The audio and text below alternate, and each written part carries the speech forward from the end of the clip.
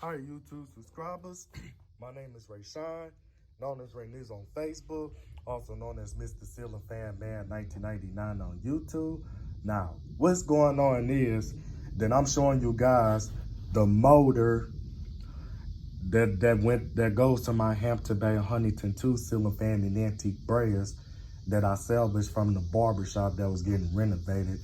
Now, as I was telling majority of you guys in the comments about is that the reason why the motor was sparking because some of the wires was exposed and it was rubbing up against the motor and it was causing the motor to spark.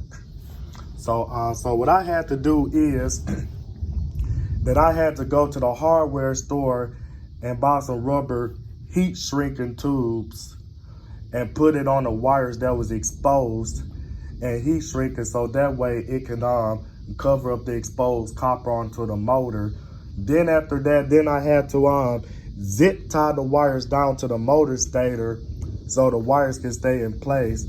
And then I had to tuck the wires inside the motor stator to stop the wires from rubbing up against the motor. But I ain't tuck it in to where it started sparking and stuff. So I just had to correct my mistake that I made when I was repairing this motor, when I was replacing the bearings on the motor, the fan and all that stuff, because the bearings was like insanely loud and stuff. So but the bearings that I put on this motor came off of another ceiling fan, so it still got some bearing noise to it still, but they not as loud as the original bearings was on this motor. So I'm about to go on and pull the chain so I can show you guys the evidence that I fixed the motor. So here it is. But you can still hear the bearings and stuff. So this is high speed. This is medium.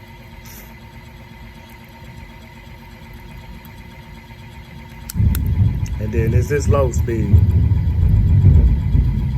You're just gonna have to excuse the background noise because it's thundering in my area. Because it's about to be a rainstorm, so it's a storm outside going on in my area that I'm living in. So I'm just showing you guys the evidence that my motor to my Hampton Bay Huntington 2 ceiling fan works. And P.S., what I forgot to tell you is that one of the motor coil wires broke off the motor stator, so I had to wrap the wire. So I had to wrap the wire around the string of the motor stator windings and stuff. And then I had to put some heat shrink on it and make sure that it has a tight connection. And it took me like 5 or 6 tries for me to get the motor to work right and all that stuff, but I got it to work right. So other than that, I'm about to go on and get off this video. So this is Mr. Ceiling Fan Man 1999 signing out this video, and I am out.